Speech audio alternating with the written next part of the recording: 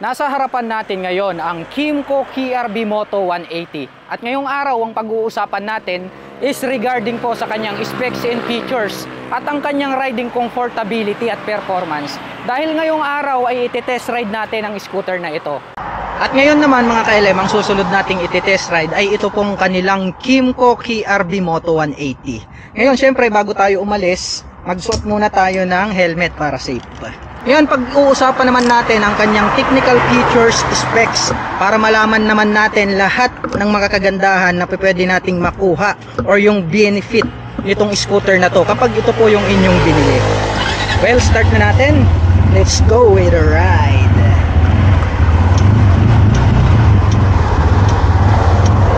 Lakas oh, lakas ng hatak na ito mga ka-LM. And then ang kagandahan pala niyan mga ka-LM, kapag ikaw po ay magte-turn sa kanan or kaliwa, makikita mo rito sa bandang gitna itong kanyang turn signals indicator. And then maririnig mo rin, no, mayroon siyang sounds, lumalagitik siya.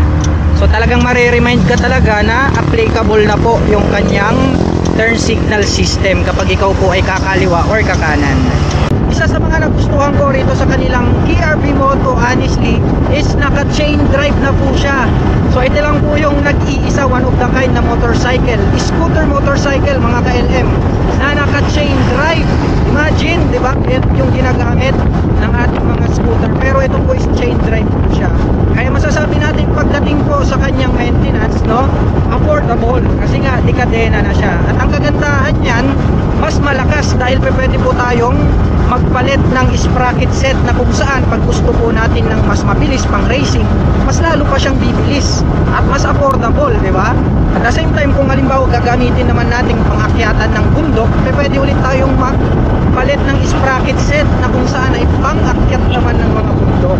Pangalawa mga ka-LM, ang kagandahan po nitong kanilang Kymco KRB 180 ay equipped na po ito ng TCS, also known as Traction Control System.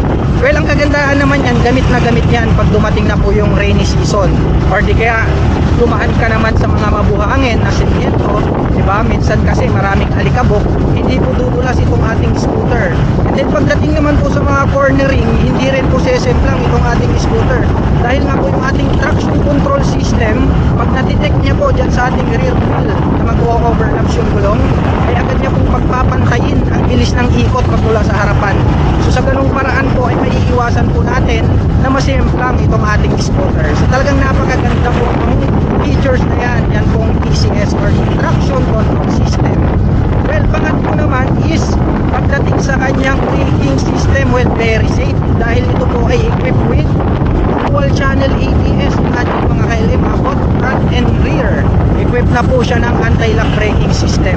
Well, ang advantage naman po niyan pagdating sa mga sudden stop, hindi po maglalak yung ating mga preno sa harap at likod. Well, nakakapagbigay po siya ng smooth na braking power. Kaya asahan natin mga ka-LM, hindi po i-slide ang ating mga gulong kapag bigla ang preno. At hindi rin po sisemplang ang ating scooter pagdating sa mga sudden stop. Well, mapatunayan ko yan sa inyo mga ka-LM. Tapos bibigla tayong pre-preno. Yun o, nakita nyo mga ka-LM, very smooth. So hindi po tayo dumugso, no? Very smooth po yung kanyang pagpigil. Dahil nga po, yun po yung isa sa katangian ng anti-lock braking system. Ngayon naman mga ka-LM, ititest po natin yung kanyang anti-lock braking system para makita natin kung gaano nga ba kaganda yung kaya niyang ihatid pagdating sa mga sudden stop.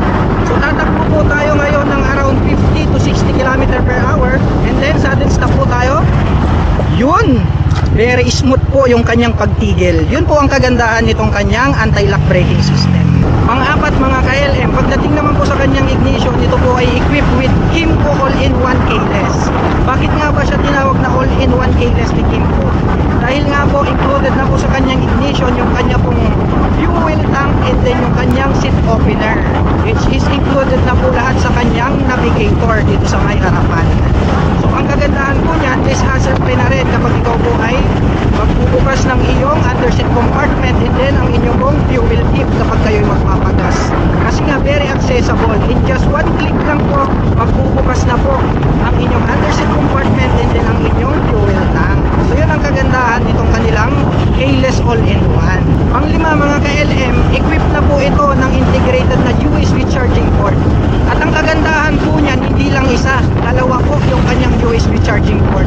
Meron po tayo ritong USB Type A na standard, and then meron po tayong quick charge, which is yun po is 2 times better, 2 times faster pagdating po sa charging kung i-compare po natin dito po sa standard na USB.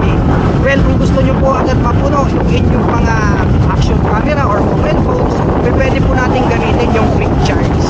Well, gamit na gamit naman yan pagdating po sa mga long ride driving situation.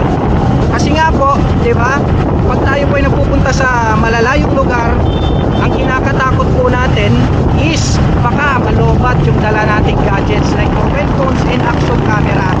Well, ngayon, nating to worry about na dahil mayroon na po siyang integrated na USB charging port na kung saan pwede po nating i-charge yung ating mga mobile phones, gadgets, kahit saan man tayo magpupunta. Pang-anim, nandirito na po sa harapan yung location po nitong kanyang fuel tank. Kaya very accessible na rin po siya kapag tayo po ay magpapagas. Hindi na po natin kailangang bumaba mula sa pagkakaupo dahil nandirito na siya sa may harapan.